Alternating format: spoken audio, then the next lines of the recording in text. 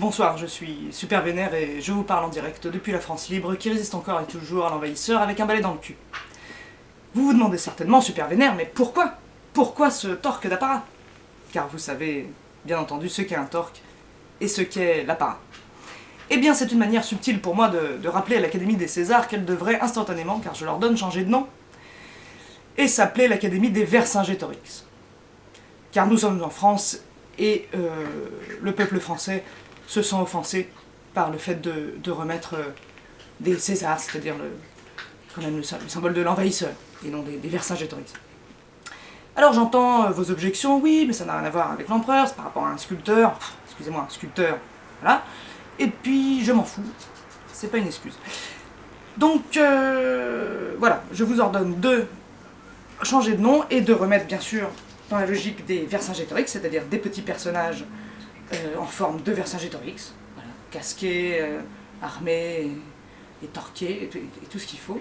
Ce sera bien plus esthétique et tout le monde sera très content de mettre Vercingétorix doré sur sa cheminée et plus les enfants pourront jouer avec. Alors que là, vraiment, à part presse-papier, ça ne sert à rien. Quelle est une porte? Et encore. Alors, en dehors de ça, que dire sur la cérémonie des Césars? Rien, c'était bien, c'était comme d'habitude, hein, les mêmes gens, les mêmes blagues, Je remarque que ça fait quand même 3 générations de Garel qu'on se tape hein, au cinéma.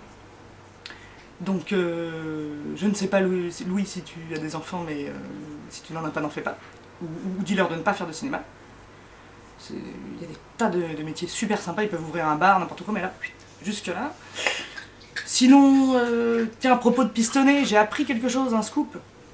Apparemment, c'est Léa Seydoux qui va jouer le rôle de Clémentine dans l'adaptation du Bleu est une couleur chaude. Alors, je rappelle que Le Bleu est une couleur chaude est une bande dessinée parue aux éditions Glénat, qui était un chef-d'œuvre d'ailleurs, qui est très très bien.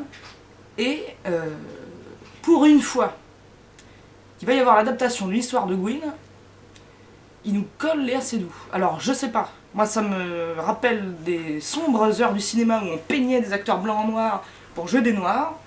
Alors, je ne dis pas qu'il faut être forcément homosexuel pour jouer le rôle d'un homosexuel. On l'a bien vu dans Harvey Milk ou dans L'Auberge espagnole avec Cécile de France, qui était très très crédible. Mais là, Léa Seydoux, je ne crois pas qu'on va pouvoir faire quelque chose à moins d'embaucher les maquilleurs de Walking Dead. Mais Léa Seydoux, lesbienne, ça vous paraît pas complètement impossible? Moi si. Alors voilà, une idée que j'ai eue pour l'année prochaine, il faudrait créer le César du meilleur très très très court métrage. Vous avez compris? Ça m'arrangerait. Ça ce serait bien. Sinon voilà, donc c'était bien, hein, c'était toujours pareil. Il y a des personnages moi qui me font rire comme ça dans les Césars, c'est que... Alors c'est souvent toujours les mêmes, mais... c'est souvent toujours le même, il y a toujours, si vous avez remarqué, un réalisateur chelou, qui a fait un film chelou, qui est sûr qu'il aura rien, qui est nommé partout, dans tous les trucs, et qui vient même pas. Et souvent, c'est Léos Carac. Je prononce mal son nom exprès, parce que je trouve que prononcer comme ça va mieux avec l'ambiance de ses films. Carac. Et voilà. Moi, une fois, j'ai vu Les Amants du Pont-Neuf. C'est la seule fois que j'ai regretté d'avoir vu un film de ma vie. J'aurais préféré ne pas l'avoir vu. Donc, alors Léos Carac n'est pas venu, tant mieux. Tant mieux. Si le caméraman pouvait arrêter de se poiler, si on pouvait rester technique un tout petit peu, voilà, merci, voilà, un petit peu de sérieux. On a une équipe de cinéma, on est quand même, je suis Super Vénère, hein. Bon. Donc, voilà, je voudrais parler à la très petite communauté YouTube qui me suit. C'est un peu difficile ce soir. On enchaîne. Donc il y a de plus en plus de gens qui m'aiment, et ça je suis vraiment très très fière de moi. Il y a de plus en plus de gens et il y a aussi de plus en plus de gens qui ne m'aiment pas.